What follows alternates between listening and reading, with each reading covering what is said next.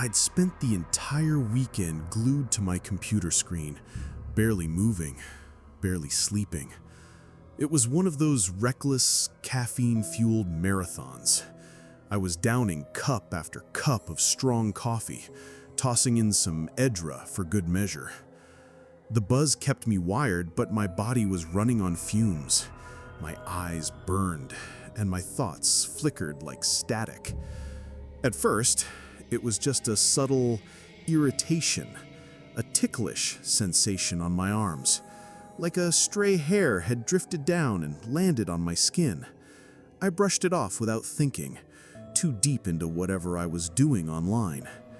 But it kept happening, that soft, whispery feeling, again and again. I glanced down once, maybe twice, but never really caught anything. Was I imagining it? Sleep deprivation does weird things. Maybe it was just my nerves fraying from the overload of caffeine and zero rest. Maybe I was hallucinating. Tea-fueled ghosts of sensation crawling across my skin. But then I saw them.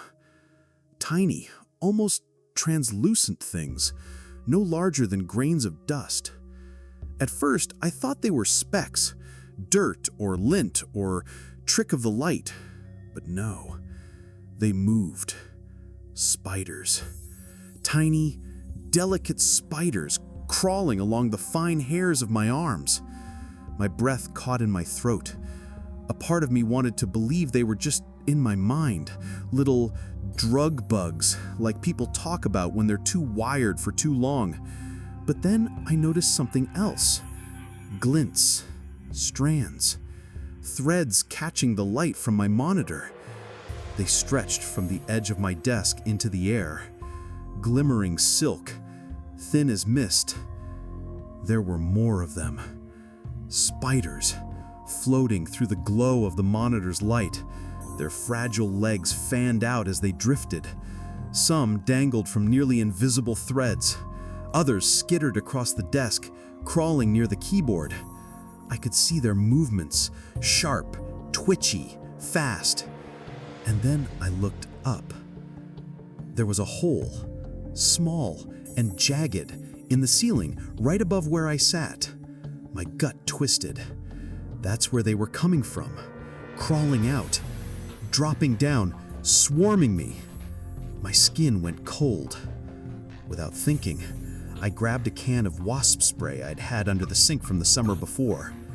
I aimed it at the hole and fired.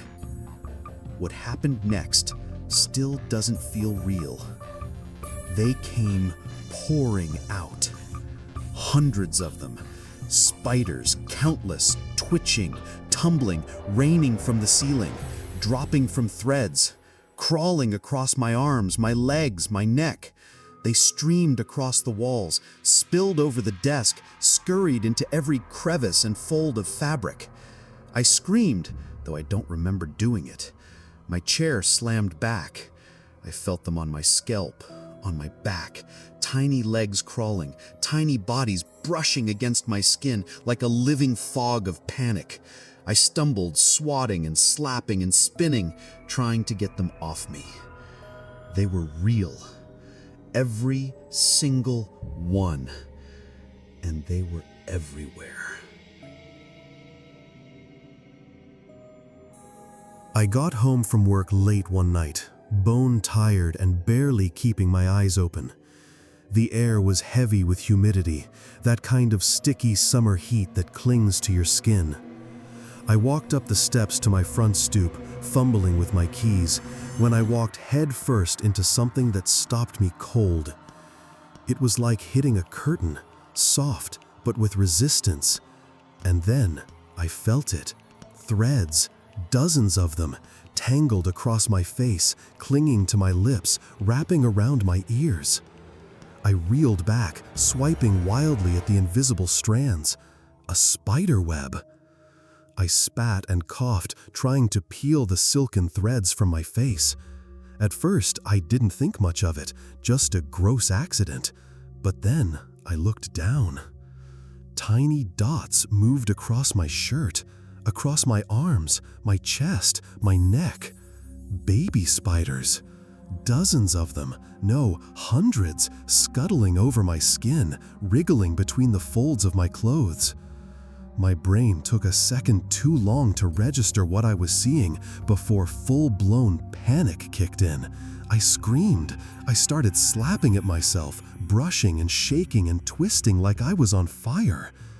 And then I looked at the door. That's when I saw them. Perched on either side of my front door frame were two massive spiders. Not just big, monstrous. Each one easily the size of a hand, their legs long and jagged like broken twigs, their swollen abdomens twitching in the porch light. Their bodies were covered in coarse, dark hair, and their many eyes reflected the light with a glossy, glossy shine.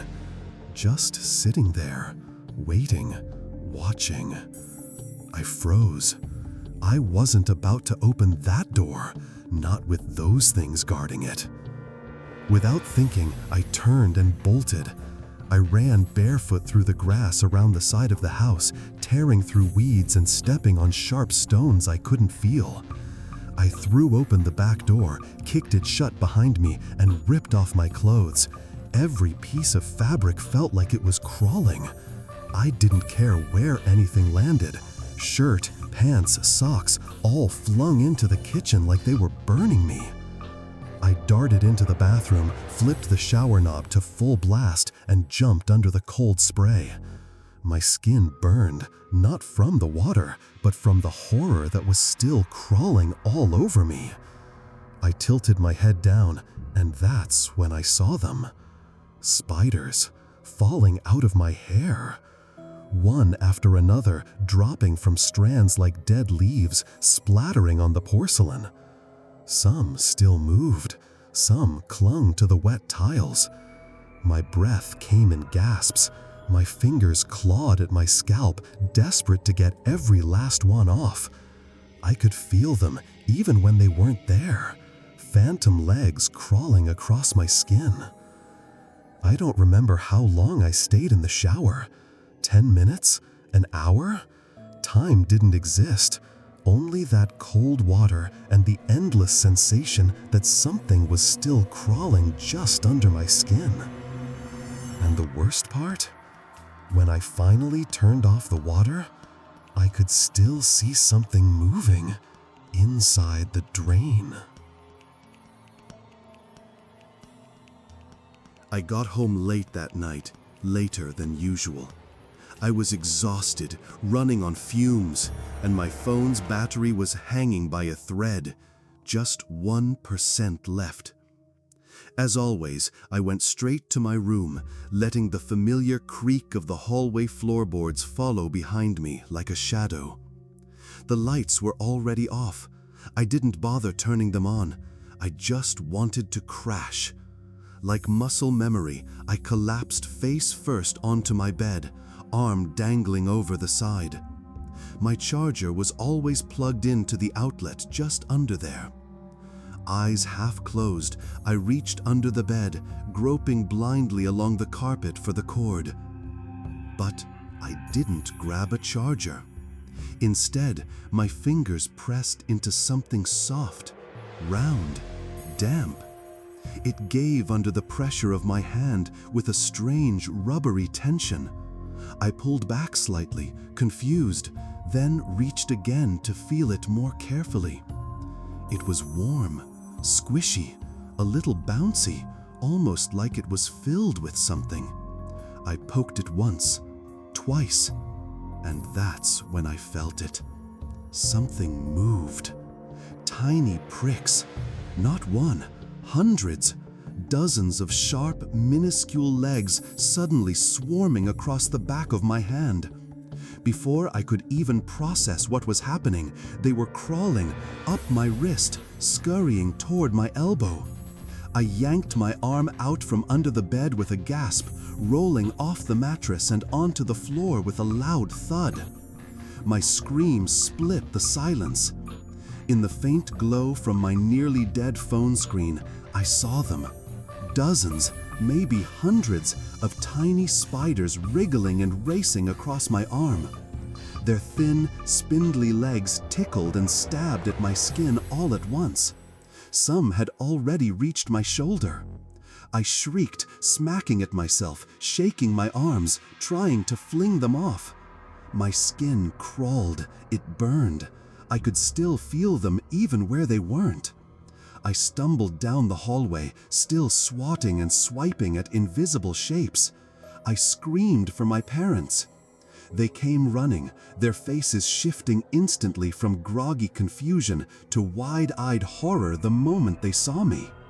I kept babbling about the charger, the sack, the spiders, and ran straight into the bathroom. I turned the shower on full blast, the water barely warming before I dove under it. I scrubbed at my skin, fingers digging into my scalp, down my arms, under my nails.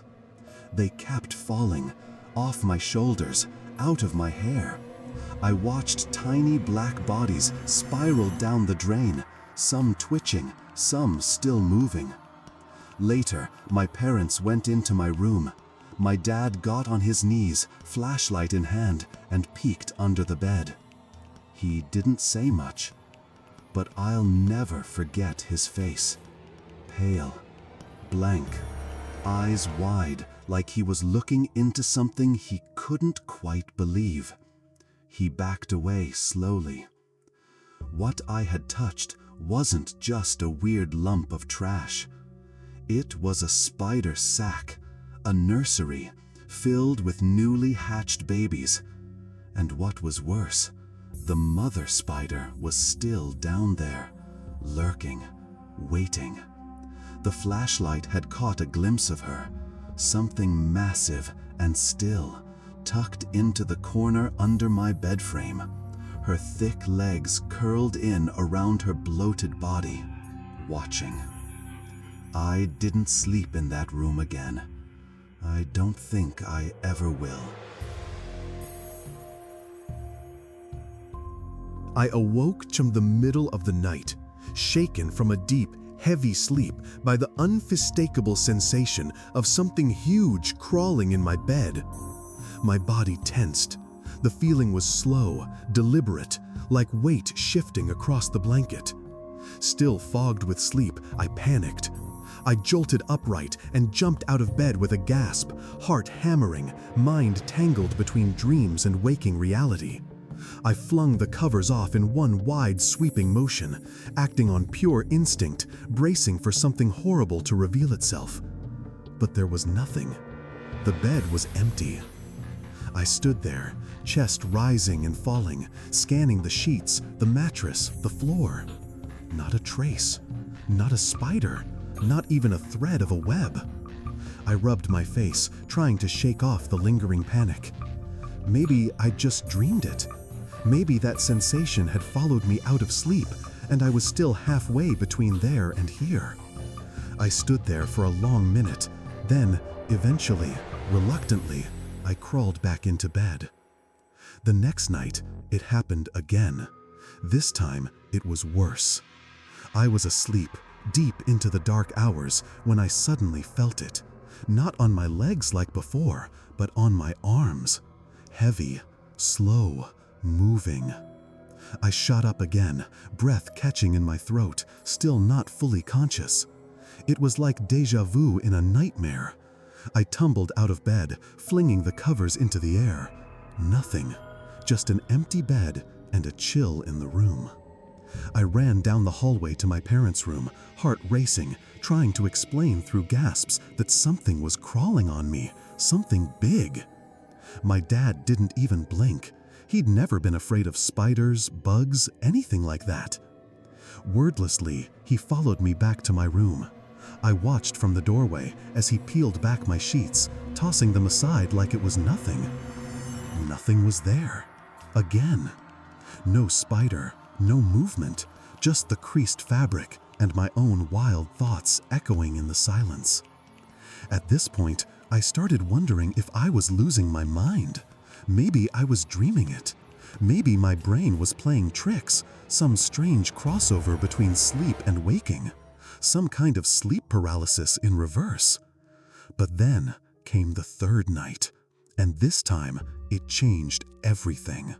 It was the same feeling, that crawling pressure, heavy and deliberate, but it felt real this time, too real. Thick legs, movement that dragged just long enough for my brain to register it as wrong. I snapped awake, gasping for breath. My skin screamed with the sensation. I flung the blankets off in one violent motion, desperate to end this. And then I saw it. In the dim glow of the hallway light seeping through my doorframe, I caught the glint of something moving. And it was real. A spider, enormous, bigger than anything I had ever seen.